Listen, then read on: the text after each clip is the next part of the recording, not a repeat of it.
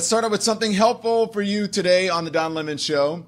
Today's show is sponsored by ZBiotics. Now, let me tell you about this game-changing product that I use before a night out with drinks. It is called Pre-Alcohol. ZBiotics Pre-Alcohol Probiotic Drink is the world's first genetically engineered probiotic created by PhD scientists to help prevent rough mornings after drinking. Now, here's the science.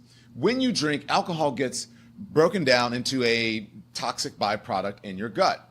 That buildup, not dehydration, is the reason you feel awful the next day. So pre-alcohol produces an enzyme that breaks it down so you can feel your best tomorrow, okay? So I first tried it before a big weekend dinner, had a few cocktails, woke up the next day, no drama, no regrets, on top of my game. Football season is upon us. It is here. Tailgates, college game days, Sunday NFL marathons. Don't forget to make pre-alcohol your first drink of the day. So go to zbiotics.com/lemon and get 15% off of your first order with code LEMON. It's backed by a 100% money back guarantee. That's zbiotics.com/lemon, code LEMON for 15% off.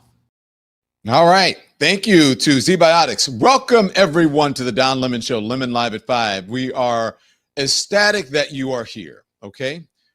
But as we start streaming tonight, we have some big breaking news for you. As a matter of fact, it's huge breaking news.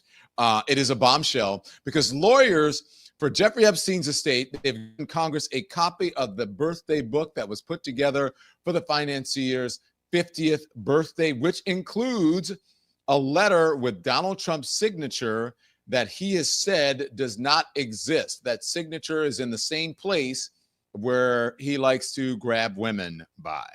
On Monday, the House Oversight Committee members confirmed that they received a copy of this birthday book, including the letter bearing Donald Trump's signature. President Trump called the Epstein investigation a hoax, claimed that his birthday note didn't exist.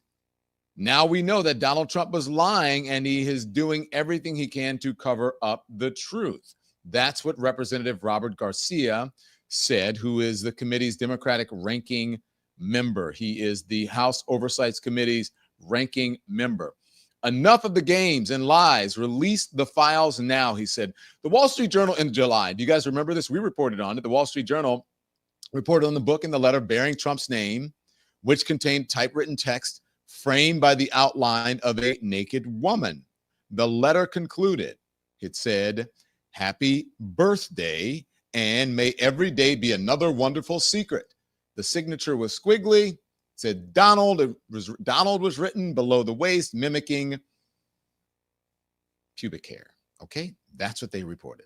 Now, Trump has denied writing the letter or drawing the picture, calling it a fake thing. He also filed a lawsuit against the Journal's reporters, Journal publisher Dow Jones, parent company News Corp, and executives alleging defamation and saying the letter was non-existent. A Dow Jones spokeswoman said, "We have full confidence in the rigor and accuracy of our reporting." The birthday book, given to Epstein in 2003, before his first arrest in 2006, was professionally bound and contained letters from dozens of Epstein's then associates, including Trump and former President Bill Clinton and billionaire Leon Black. The Journal has reported that. So some of the messages were anodyne birthday wishes, but others contained sexual references and suggestive drawings or photos. Trump was listed under the friends section in the book's table of contents, along with Clinton and 20 other associates. Lots to discuss with our guests today and with you, my colleagues, my co-anchors, my reporters and producers in the field, okay? But joining us now is Tara Palmeri. She is a veteran journalist, the author of The Red Letter on Substack, and the host of the Tara Palmeri Show right here on YouTube. She has reported extensively on this story. Tara, thank you for being patient, letting me set that up. What do you think this means for the victims? You've been covering this story, but specifically, I think your reporting has been incredible about the victims. What does this mean for them? I think it's a great day for them because it shows that some of the evidence is coming to light. It puts more pressure on Republican holdouts who refused to vote for Massey's bill that would compel the Department of Justice to release the Epstein files. It shows that there's more there. There's there. I also think, Don, it's a great day for the Fourth Estate. President Trump sued the Wall Street Journal for $10 billion accusing them, saying that this was not a real letter, or not a real birthday card. And I think he used the word non-existent. Yes, that's the word, non-existent. And, they stuck with their reporter, they stuck with their reporting, and they were willing to go to the mat and report what they knew is true. And they did it without publishing the card, which they could have done all along, I'm sure. It's unclear if their source would let them. I think that this card was most like, well, I don't want to say where I think it was. I don't like to reveal sources. But, when they had the opportunity to do it, they revealed that they knew they were in the right all along. And I think it's a really good moment for journalism. And you and I are both independent journalists, but I do think we need institutional journalism as well. And 100%, I agree with you. Because they can go up against these sort of attacks in a way that you and I are more vulnerable. They have more resources financially exactly, and other, right? And resources financially, production wise, et cetera. Yeah, exactly. And they have, they have the backing of one of the richest men in the world, Rupert Murdoch. In a lot of ways, this is like, and who is a media titan that Trump is obviously friends with at one time. But this is a real moment. And President Trump is used to lying, denying, calling everything a hoax. But sometimes you just have to, they're seeing is believing in this case. And I think in this one, it is truly seeing is believing. Now, his team is saying that is not his signature, although it looks to me like his signature. Well, we're going to talk about that. Listen, I want to put this up. Caroline Levitt, this is what she's saying. I'll get your reaction to that, and then we'll show the signature. But Caroline Levitt is saying, the latest piece published by the Wall Street Journal proves this entire birthday card is false.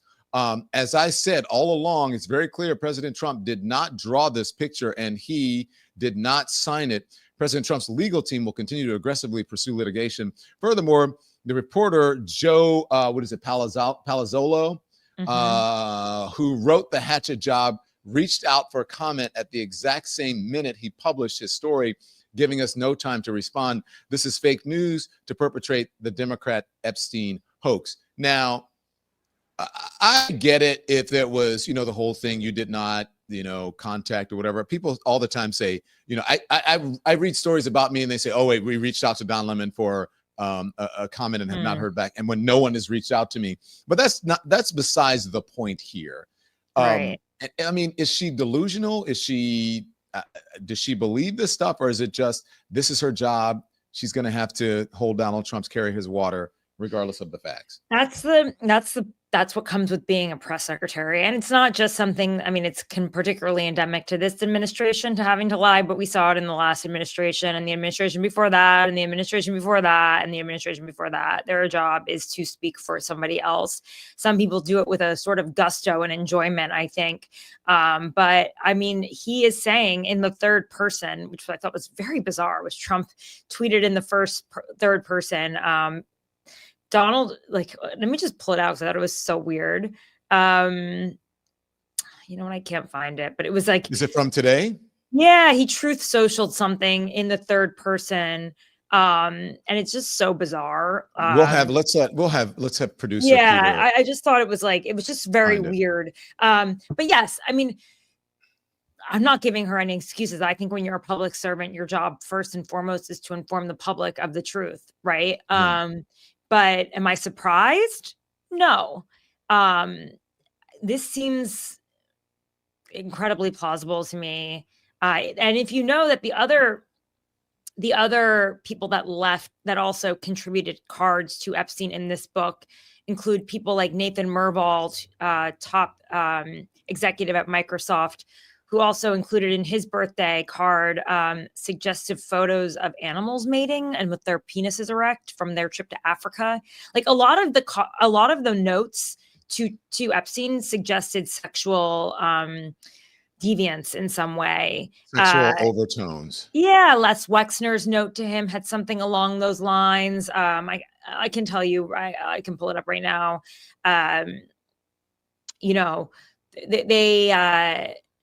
Bill Clinton wrote a message about their long-lasting friendship, his childlike curiosity. That's a little creepy. Childlike curiosity. Line drawing. Okay, Wexner's letter had a line drawing of what appeared to be a woman's breasts, along with a short message. Mort Zuckerman joked about looking for more information on Epstein, and he was the owner of the New York Daily News, a partial owner, which just shows you like how many very prominent people were aware. It was all kind of hanging out there in plain sight that this was a deviant, perverted man who just so happened to be really rich. And I don't know if you saw the latest deep dive in the New York Times about his relationship with JP Morgan, but I found it to be incredibly illuminating.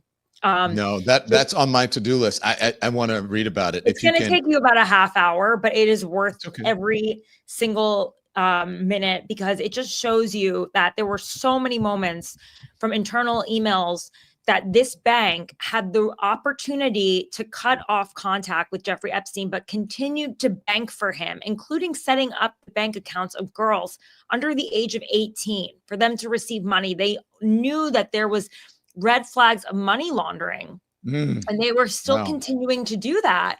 And it's just like every day, Don, there is a drip, drip, drip of news coming out about Jeffrey Epstein.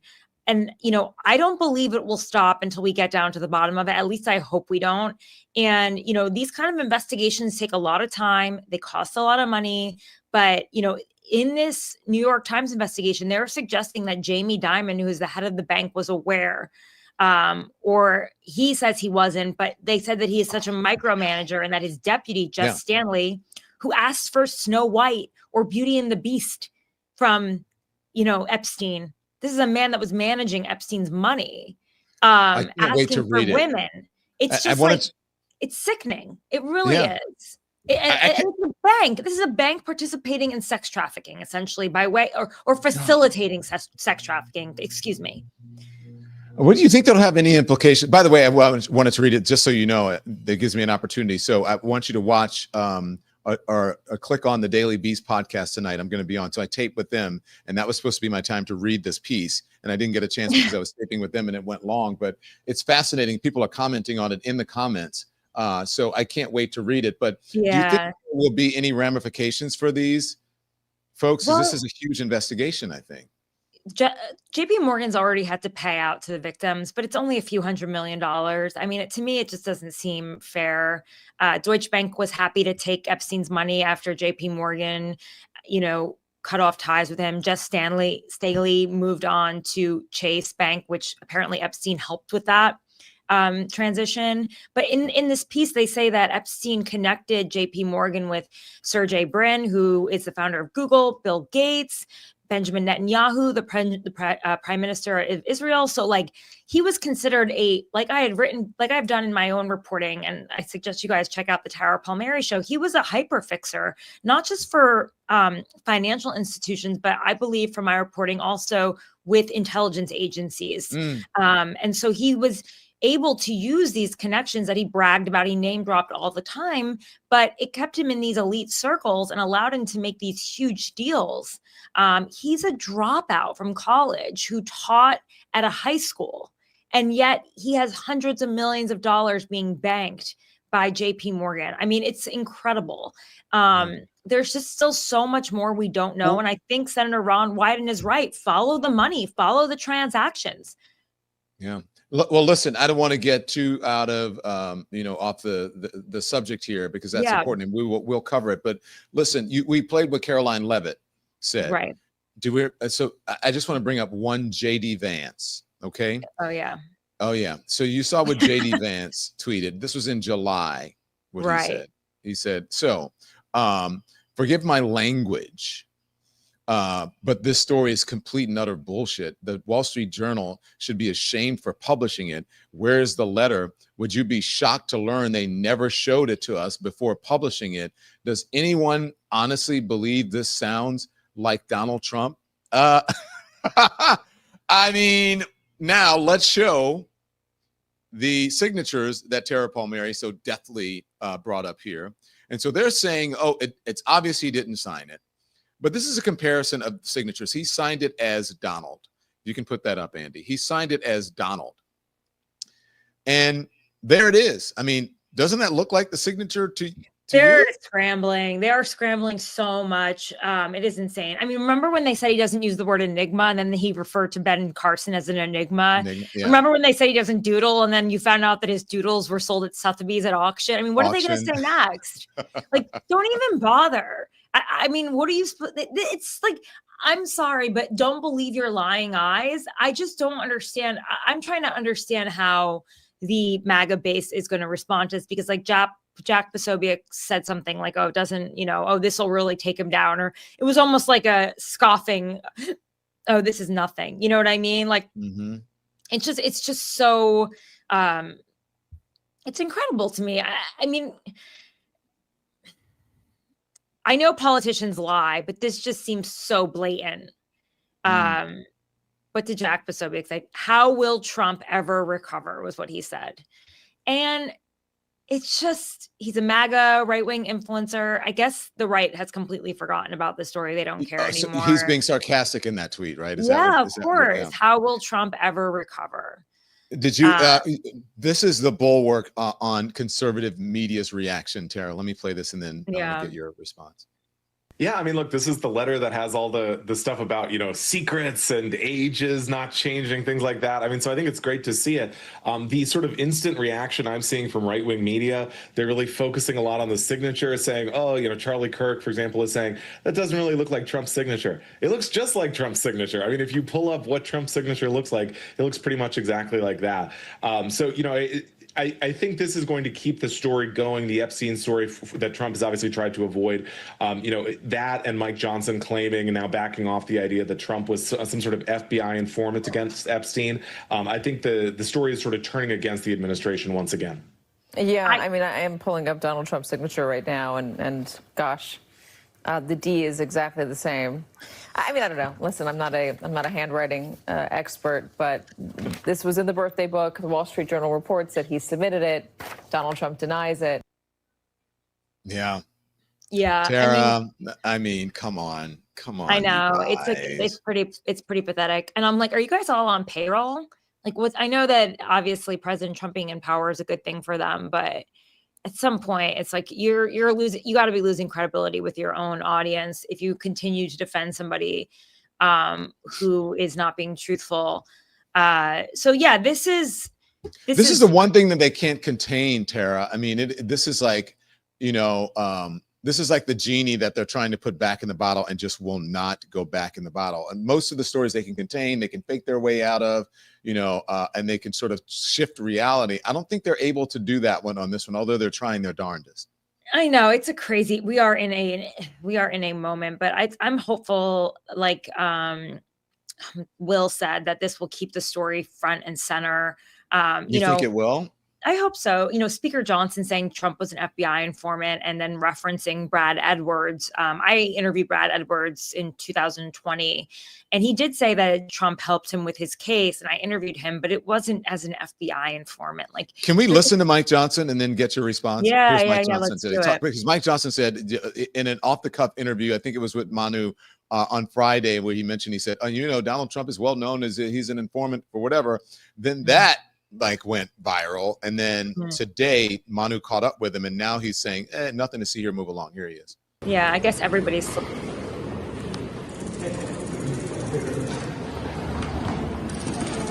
What do you mean by that? What I was referring to in that long conversation was what the victim's attorney said. More than a decade ago, President Trump kicked Epstein out of Mar-a-Lago. And he was one of the only prominent people, as everyone has reported, not President Trump, but everybody about him, that he was willing to help law enforcement go after this guy who was a disgusting child abuser, sex trafficker, all the allegations. That's what they heard. So the president was helpful in that. I don't know if I use the right terminology, but that's common knowledge, and everybody knows that. So this is much ado about nothing. Did the president tell you this specifically about his involvement? I was recounting what others have said. The president and I have talked about the Epstein evils many times. He's just disgusted by it. as everybody else. He has long had a history of acknowledging that, and he has said repeatedly he wants everything to come out, all credible information, everything for the American public to decide. Was he ever asked to wear a wire or anything like that? I have no idea. No, I'm not saying that. I have no information about that whatsoever. I was repeating what has been common knowledge for a long time. The president was helpful in trying to get Epstein, for the law enforcement to go after Epstein. That's always been my understanding. That's common knowledge. It's the public's understanding. I was not breaking news there, okay? What I'm trying to emphasize is that the president is as disgusted about this as everyone is, all people of good conscience. Except he calls it a Democratic hoax. Yeah. Okay. We can stop it there. Look, this reeks. Why does everyone care about this? He's not disgusted about it. He wants it to go away. This reeks of insincerity to me, Tara. I know that you have to run, but it reeks of, and then he sounds like a total country club Republican, like, oh, this is just much ado about nothing. But go on, please. Yeah, no, I think this is, he helped Brad Edwards because Brad sent him a subpoena. Brad is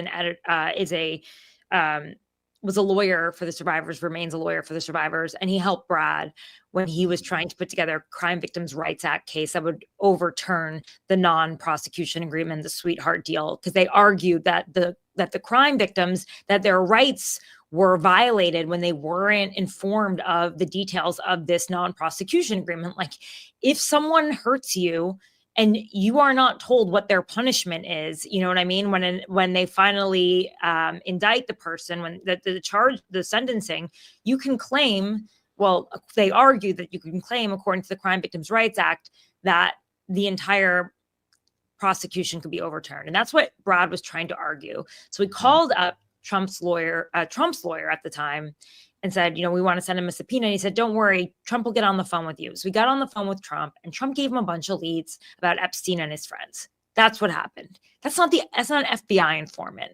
Right. Yeah. And frankly, at the time, Trump was an enemy of Epstein's because of this real estate deal where he had to pay what he felt was more than he wanted to in a bidding war of a house, ironically called the House of Friends, a Palm Beach mansion on the water.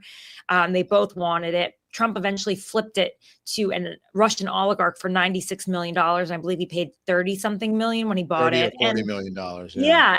And by the way, in his conversation with Brad Edwards, he told him that when he asked Epstein about young girls at the pool, and from my conversations with Virginia, she said that the girls were often naked at the pool. Virginia Giuffre was one of the most well-known survivors. He said it was a big brother, big sister program, and he didn't think anything weird about it. I mean, he thought it was weird, but he didn't do anything about it. Like, in some ways, when people don't do anything about it, like, they become enablers themselves, in my opinion. Well, Tara, I want to be respectful of your time. You have to run. Thank you very much. I know that you have a hard out. We'll see you soon. Great reporting. We love having you on. Tara, the Tara Palmeri Show, and the Red on YouTube, and then the Red Letter on Substack. Thank you, Tara. all. All right. Cheers. Be well. Bye.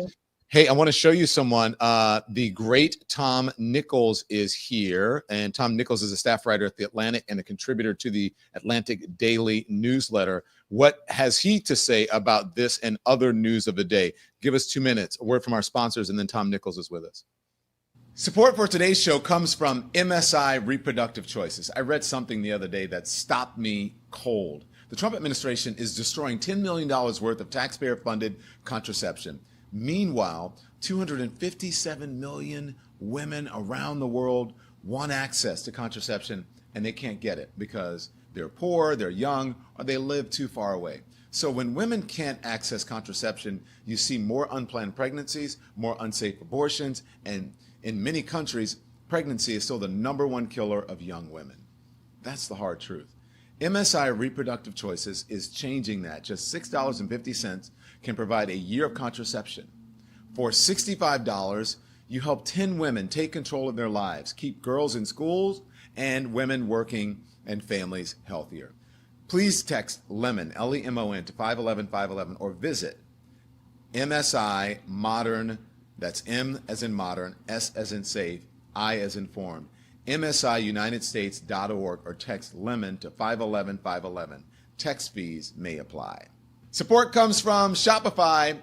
This show started as a dream, and Shopify turned that dream into a reality. If you've got a dream, whether it is starting a business, selling your art, or launching a product, Don't let what ifs hold you back. Okay. Shopify is the commerce platform behind millions of businesses and 10% of all US e-commerce. Now, we use Shopify for the Don Lemon Show to bring you the merch that you love and that we love. For beautiful website templates to AI tools that help write product descriptions or run email campaigns, Shopify makes it easy for you, for everyone, really. And their 24/7 award-winning support means that you're never building alone. Turn your what ifs into wins. And sign up for a $1 per month trial at shopify.com/lemon. That's shopify.com/lemon. Start today turning those dreams into with Shopify. Thank you to our sponsors. Now back to the program. Tom Nichols, a staff writer at The Atlantic and a contributor to the Atlantic Daily Newsletter. If you're not reading his writings and his daily newsletter, then you are missing out. You're not in the know. Tom, I know you're going to talk about all the crazy stuff, the SCOTUS stuff, which is bizarre to me because it looks like they are condoning discrimination, racial profiling. But what say you about this breaking news story regarding the birthday book and the information that's being, the receipts, I should say, about Donald Trump and Epstein that's been dropped to the Oversight Committee? Well, of course, the first reaction from the White House is it's obviously a forgery. This proves that it's not real. You know, deliver us the book. Here it is. Oh, this proves that it's not real.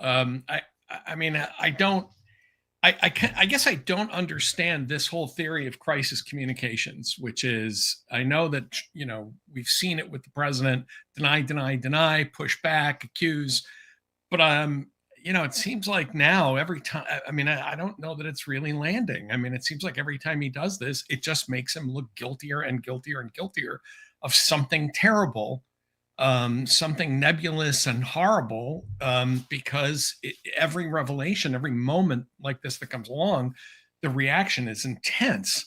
You know, I mean, J.D. Vance, in July was saying this doesn't exist. Produce the book. Okay, here's the book. Now it's, well, the book's obviously a forgery. It's not his signature. It couldn't be him.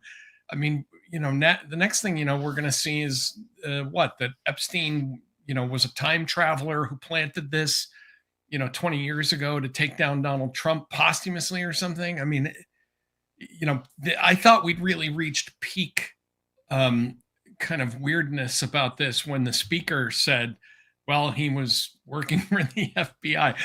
I can't get long, cool woman in a black dress out of my head, right? I was downtown working for the FBI. But now, you know, Johnson's saying, well, okay, maybe not. I mean, they're just throwing. No, he said, this is much ado about nothing, is the way he. Yeah, it's you know, and a friend of mine and an interesting conversation with an old friend who is nonetheless a very enthusiastic Donald Trump supporter. And he said, why is this a big deal? And I said, do you remember when Trump made this a big deal? And he kind of stopped and nodded and said, yeah. I said, you know, who made this a big deal? Donald Trump and the people around him made it a big deal. So when Mike Johnson says this is much ado about nothing, that would have been great advice to give Donald Trump about 2 or 3 years ago. But here we are. Yeah, I played you Caroline Levitt saying it's obvious that it's a fake. I mean, and I showed you the tweet, and then there's a tweet from the Deputy White House Chief of Staff regarding this as well. If we can put that one up, and this is time for News Corp to open that checkbook. It's not his signature. Defamation. We showed all the signatures, Tom. It's obviously, it looks exactly like his signature. What are they on over there?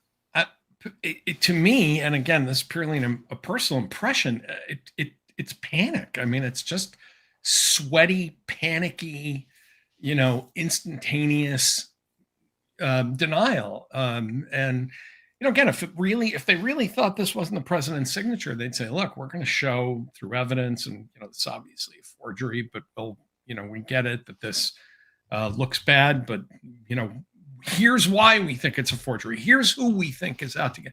Instead, it's just, no matter what comes up, you know, no matter how many times this is raised, you get all of these explanations. And interestingly enough, in a, you know, MAGA world believes anything from Donald Trump. I mean, he can tell them the moon's made of green cheese and they'll buy it.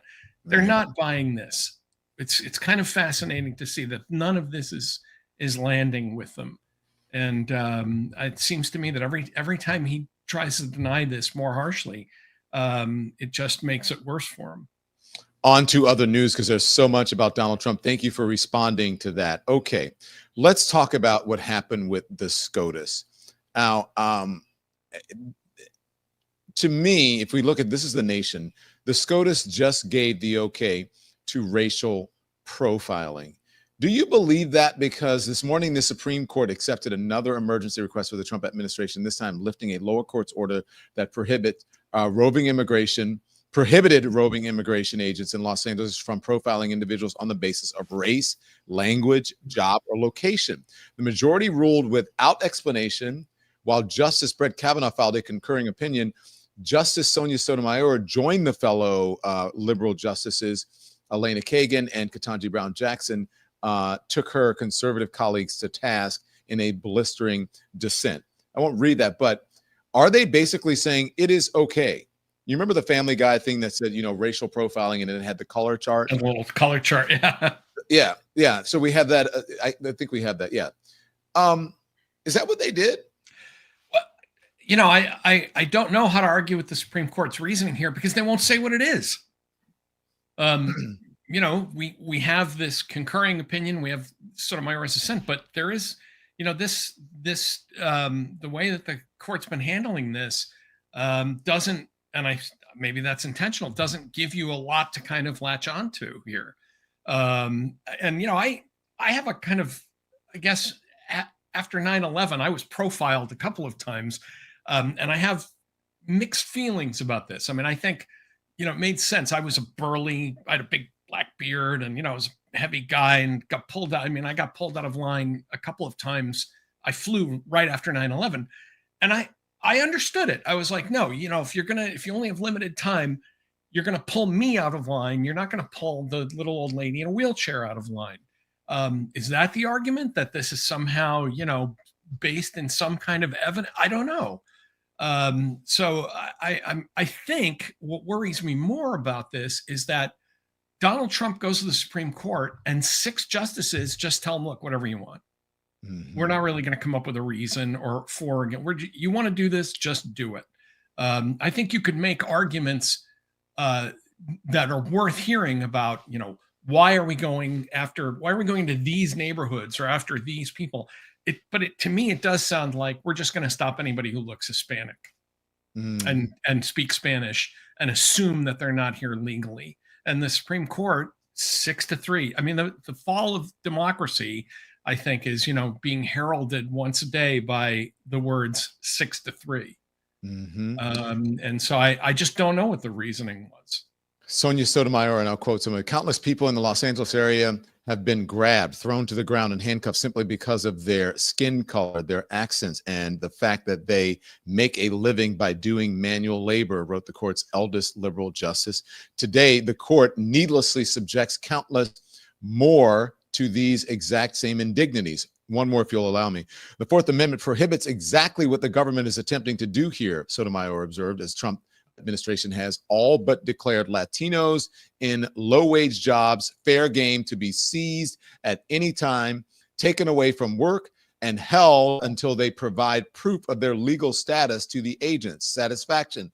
Kavanaugh's concurrence, Sotomayor noted, falsely assumed agents are just conducting brief stops for questioning and seizing only undocumented immigrants. It sounds like on the federal level, a stop and frisk here. Mm-hmm. And it also sounds, this reeks of show me your papers, which we don't do here in the United States. Right. At least we're not supposed to. And also, what is this strange exception that if we only stop you for a moment, it's okay? When did, and again, I'm not a lawyer, so I feel the need to tell anybody watching this, I am not a constitutional lawyer. So like you, I'm kind of going on a common sense application of this to say, it sounds like ICE wants permission to just rove around, go to places where large concentrations of young Hispanic men and throw them to the ground and say, as you just said, show me your papers. That to me, it sounds, that's un-American, sounds unconstitutional to me as a non-lawyer. But again, this notion of, well, 6-3, the president wants to do it, and presidents can do what they want to do. So why would we stop him? And I that's what's really worrying me here, that this is just one of, a series of decisions that it seems like the Supreme Court is simply saying, look, we're never going to put this president in jail. We're never going to hold him responsible. We're never going to declare anything he does illegal.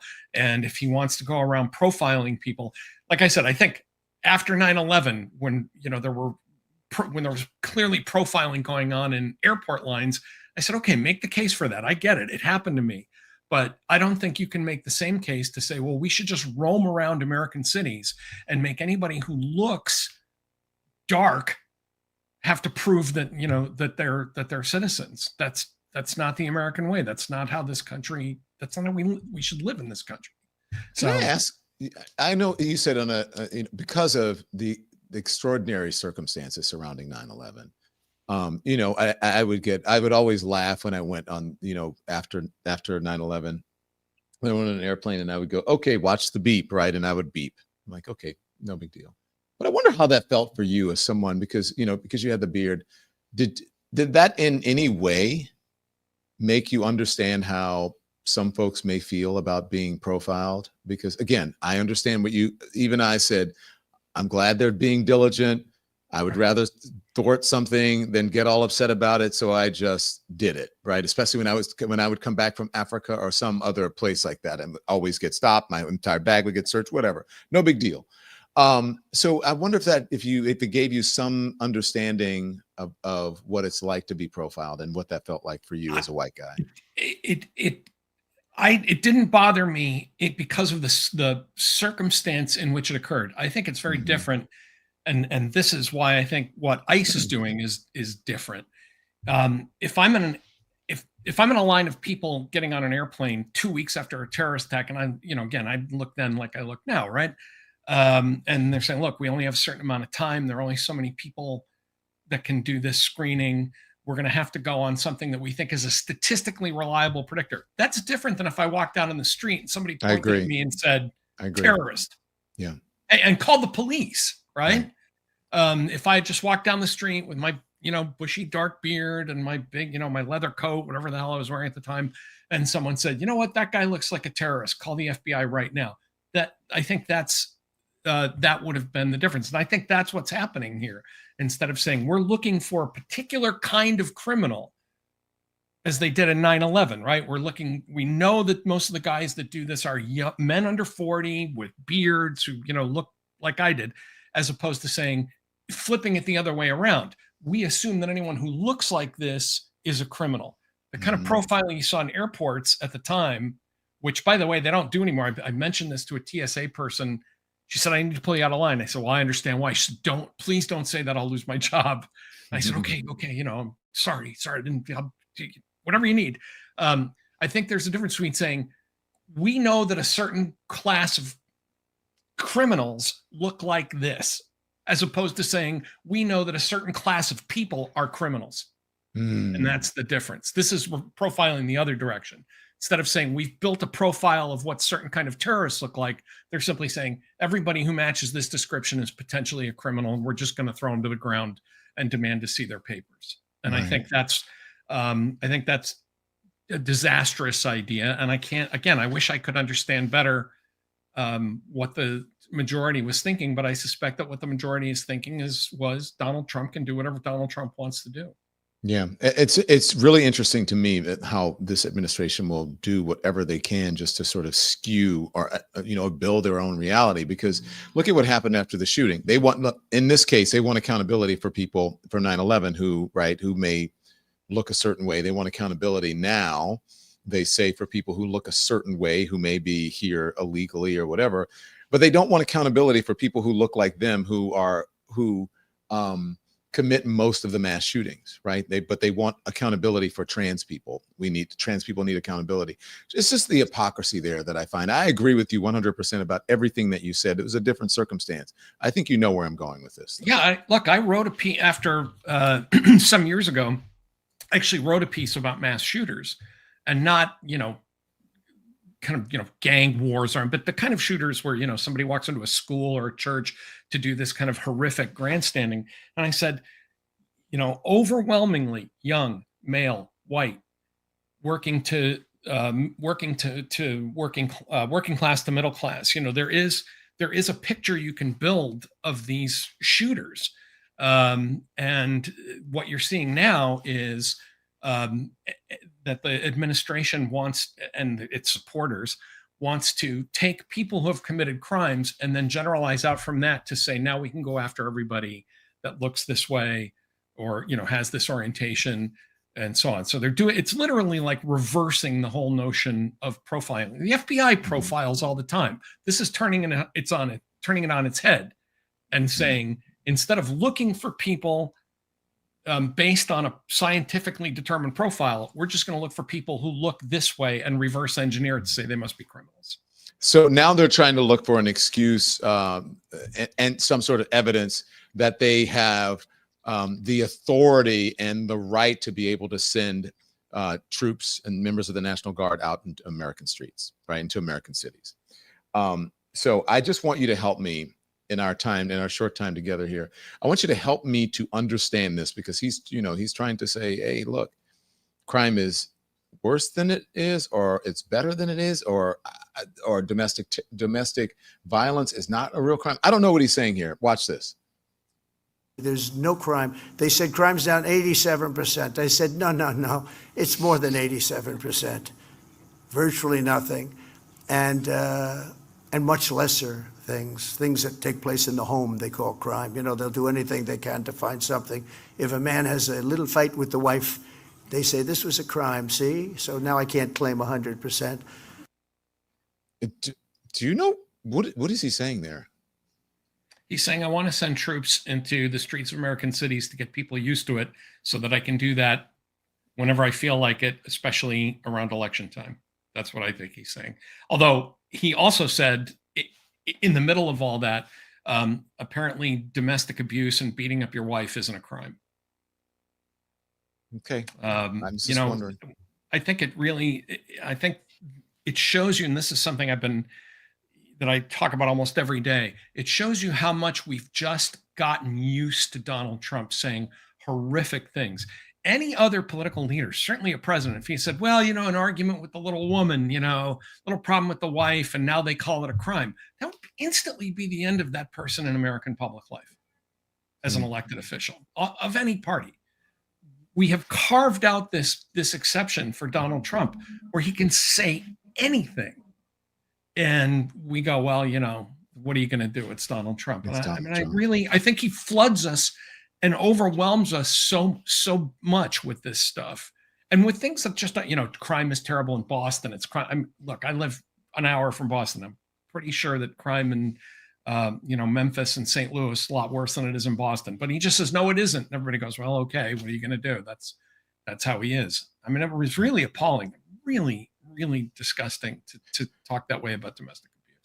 Check Tom Nichols, all of his work out, staff writer at The Atlantic and contributor to the Atlantic Daily newsletter. How's the newsletter going? Great, right? My colleague, David Graham, is now the lead writer. So I kind of pitch in as a team member, and it's going gangbusters. David's nicer and more measured than I am. So I suggest you read him. Tom, thank you. Have a fantastic evening. We appreciate you joining.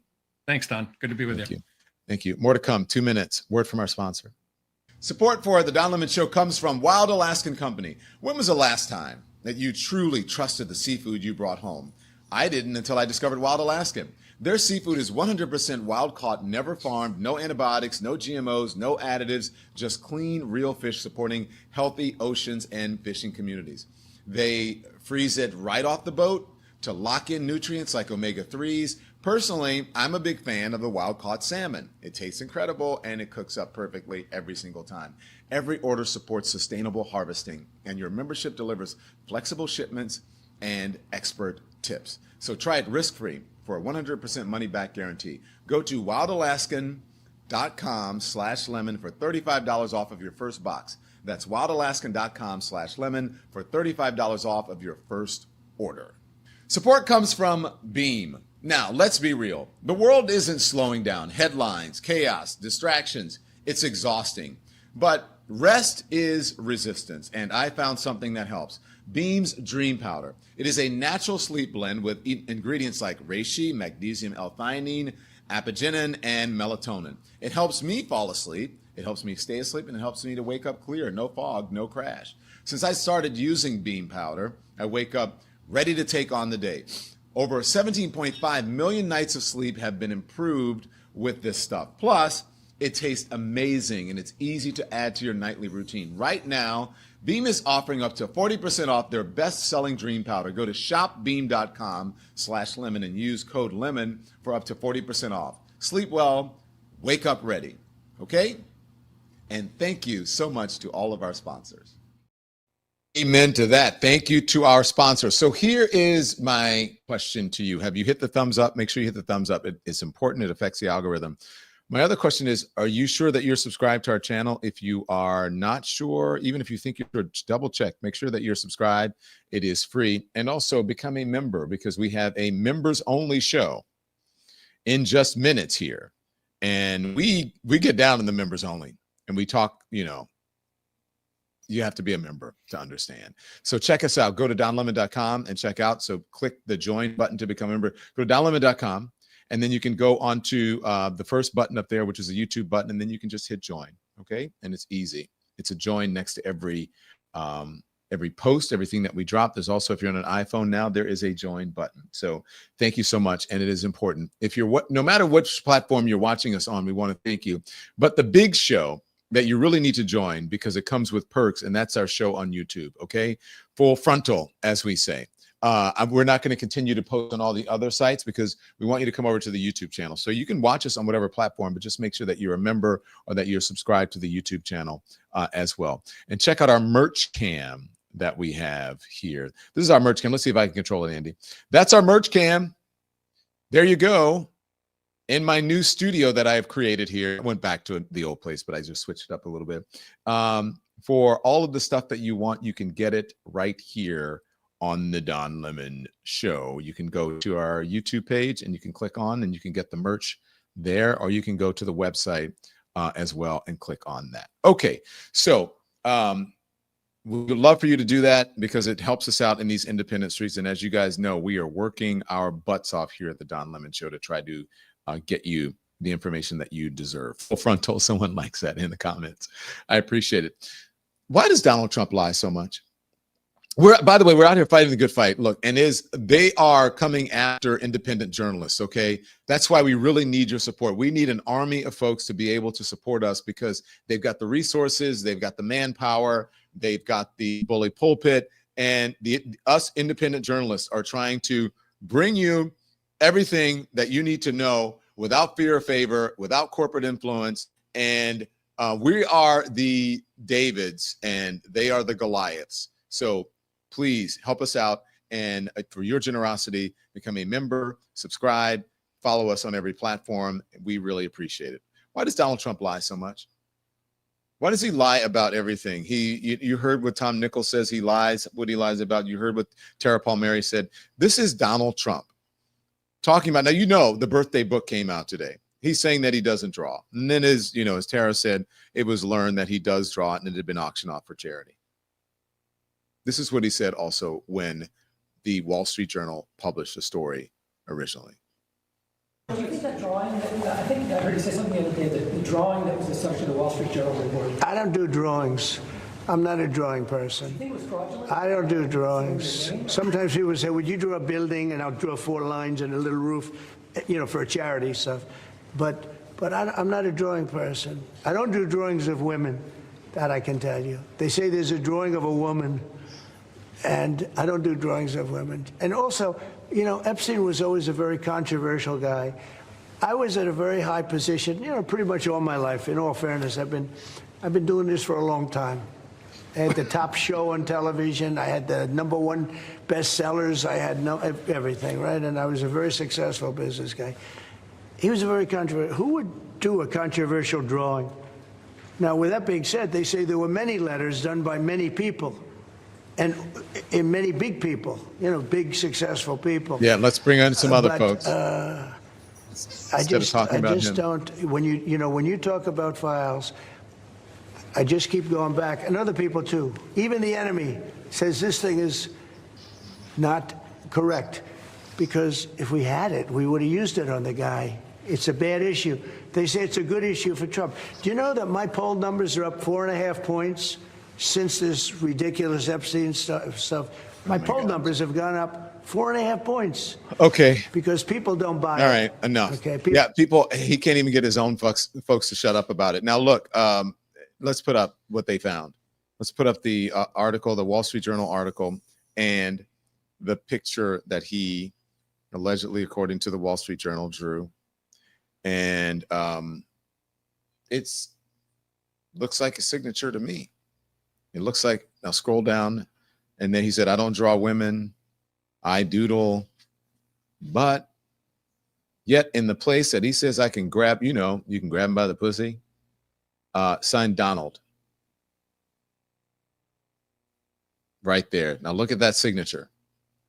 And then look at the signature. They're saying this is not. Now look at the signatures in comparison.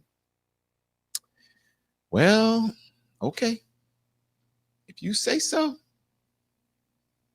This is a letter sent in November of 2000 to Hillary Clinton congratulating her on her election to the U.S. Senate. Signed Donald. Okay. Well, maybe not Donald. I don't know. You tell me what you think about it. And he's got all the folks around him saying, yeah, that's not him. This is a forgery. It's a fake. Wall Street Journal should be ashamed. We're not supposed to believe our own ears and our own eyes these days. It's really shocking to me. So if you want to be able to get to come to our private stream, then you got to go over to the private stream. You got to become a member, and you have to become a member of our top 2 tiers. Okay. So thank you so much for joining us. We're going to see you back here tomorrow evening. If you're not a member, we'll see you at tomorrow morning, I should say, 10 a.m. Eastern time. 10 a.m. Eastern time. If you are not a member of the top 2 tiers, our private stream is next. So until I see you next time, be informed without being inundated.